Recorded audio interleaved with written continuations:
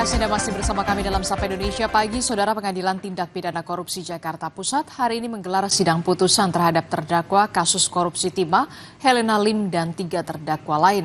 Sebelumnya, Jaksa Penuntut Umum menuntut Helena dengan pidana pokok 8 tahun penjara serta denda 1 miliar rupiah. Selain pidana pokok, Jaksa juga mewajibkan Helena Lim membayar uang pengganti senilai 210 miliar rupiah subsidiar 4 tahun penjara. Jaksa mendakwa Helena Lim berperan membantu menampung dan menyamarkan uang hasil korupsi timah sebesar 420 miliar rupiah dengan dalih dana CSR. 3 terdakwa kasus korupsi timah yang juga akan mendengarkan vonis hakim hari ini adalah ex-direktur utama PT Timah Tbk Mohtar Riza Pahlevi, ex-direktur keuangan PT Timah Tbk Emil Erminda, dan direktur PT Stanindo Inti Perkasa MB Gunawan.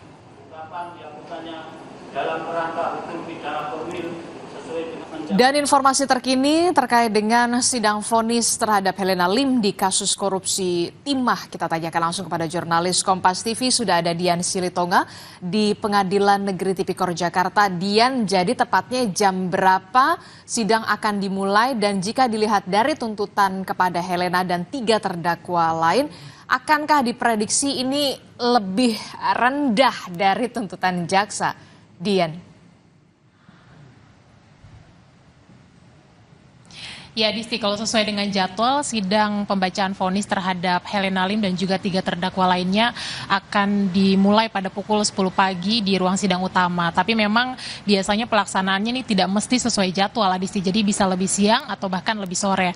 Tapi yang jelas memang Pengadilan Tipikor menjadwalkan pembacaan vonis atau sidang putusan terhadap Helena Lim dan juga 3 terdakwa lainnya hari ini. Nah, sebelum kita bicara soal nanti bagaimana vonis hakim, saya mau ajak kita untuk mengingat dulu nih tuntutan Jaksa Penuntut Umum dalam sidang sebelumnya. Meski tadi sudah Anda sampaikan bahwa Jaksa Penuntut Umum ini menuntut Helena Lim dengan pidana pokok 8 tahun pidana penjara, kemudian juga denda 1 miliar rupiah dan pidana tambahan dengan membayar uang pengganti senilai 210 miliar rupiah dengan ketentuan uang pengganti ini harus dibayarkan oleh Helena Lim maksimal 1 bulan setelah putusan majelis hakim dinyatakan berkekuatan hukum tetap atau inkrah. Nah, kalau Helena Lim dalam waktu yang sudah ditentukan tidak dapat membayar uang pengganti, maka Jaksa Penuntut Umum ini akan menyita atau melelang harta benda milik Helena Lim, dan kalau hasil sitaan itu juga tidak bisa memenuhi nilai uang pengganti, maka pidananya akan diganti atau ditambah 4 tahun hukuman penjara. Nah, untuk 3 terdakwa lainnya, yakni terdakwa Gunawan, Jaksa Penuntut Umum juga menuntut hukuman 8 tahun pidana penjara, kemudian juga untuk terdakwa Mohtar Riza Pahlevi dan Emil Ermindra, ini Jaksa Penuntut Umum menuntut hukuman 12 pidana penjara. Nah, apakah nanti majelis hakim akan menjatuhkan vonis sesuai dengan tuntutan jaksa atau tidak, itu yang akan kita cermati bersama, Adisti.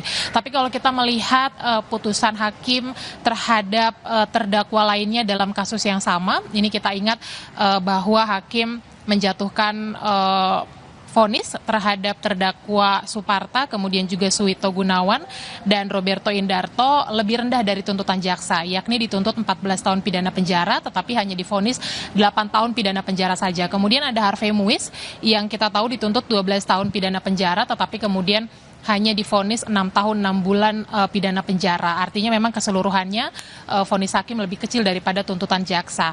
Nah, atas vonis hakim terhadap terdakwa yang tadi sudah saya sebutkan, memang jaksa sudah mengambil sikap akan mengajukan banding. Nah, Jaksa Penuntut Umum memang memiliki hak untuk mengajukan banding kalau menilai vonis hakim ini kemudian terlalu ringan atau di bawah 2/3 dari tuntutan Jaksa Penuntut Umum.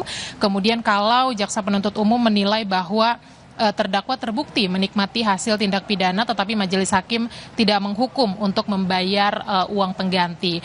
Nah, kemudian Helena Lim juga melalui sidang pledoi beberapa waktu yang lalu menolak tuntutan Jaksa Penuntut Umum karena menilai bahwa tuntutannya tidak adil, sementara Jaksa Penuntut Umum memberatkan tuntutan Helena Lim karena menilai Helena ini berbelit-belit selama proses persidangan. Nah, kemana nanti Palu Hakim akan berpihak? Apakah pada fakta-fakta persidangan yang sudah dijabarkan oleh Jaksa Penuntut Umum atau pada pembelaan Helena Lim dan juga tim penasihat hukum?